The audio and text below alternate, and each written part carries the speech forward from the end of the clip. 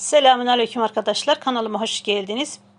Bir patatesle yapılan muhteşem bir kahvaltı tarifi vereceğim. Bundan daha kolayını bulamazsınız. Çok az malzemeyle yapılan, sadece bir patates, 2 yumurtayla yapılan bir kahvaltı. Kahvaltımızın hazırlanışı, öncelikle tavamıza bir kaşık tereyağı koyalım. Tereyağını her tarafına gelecek şekilde sürelim fırçamızla. İnce ince dilimlemiş olduğum patatesleri diziyorum. Oldukça ince dilimleyelim. Patateslerimi yan yan diziyorum. Bir diğerinin üzerine gelecek şekilde dizelim. Bu şekilde yan yan gelecek şekilde dizelim. Yelpaze şeklinde.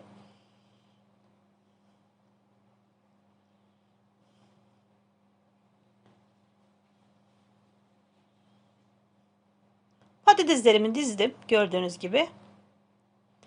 Patatesimiz küçük boy olsun. Eğer tavanız büyükse benim kullandığım patates tam gelir. Benim kullandığım patates fazla bile geldi. Bir tane patatesden muhteşem bir kahvaltı çıkıyor. 2-3 kişiyi doyuruyor rahatlıkla.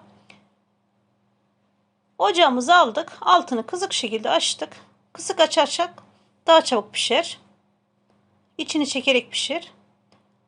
Ayrı bir kaseme de 2 tane yumurtamı kırıyorum. Yumurtamı çırpıyorum. İçerisine tuz koymadım. Tuzu ayrıyetten üzerine koyacağım. Gördüğünüz gibi patateslerim pişti. İnce oldukları için çok çabuk pişiyorlar. Üzerine yumurtamı her tarafına gelecek şekilde döküyorum.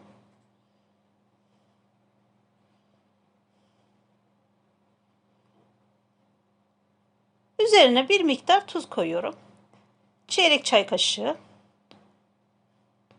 Üzerine toz biber ilave ediyorum. İsterseniz pul biber de koyabilirsiniz. Ben toz biber koydum. Bir çay kaşığı yeterlidir. Acı seviyorsanız, acı sevmiyorsanız yarım çay kaşığı kullanabilirsiniz. Yarım çay kaşığı da karabiber ilave ettim. O da çok güzel yakışıyor. Yarım çay kaşığı kimyon ilave ettim. Daha sonra üzerine de kekik ilave ettim. Kapağını kapatıyorum. Tekrar kısık ateşte pişirelim. Gördüğünüz gibi kekik ilave ettim. Onu çekmedim. Çok az bir kekik ilave ettim. Tabağıma koyuyorum. Hiç yapışma yok. Çok da güzel dökülüyor. Dibinde kalan yağı da üzerine döktüm.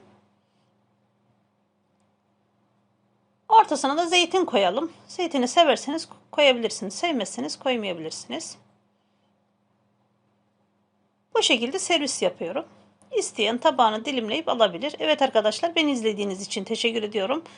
Muhteşem kahvaltımı beğenip paylaşmayı unutmayın. Kanalıma abone olursanız da çok sevinirim. Zil sesini açarsanız da bundan sonraki güzel tariflerimden de haberdar olursunuz. Afiyet olsun. Allah'a emanet olun.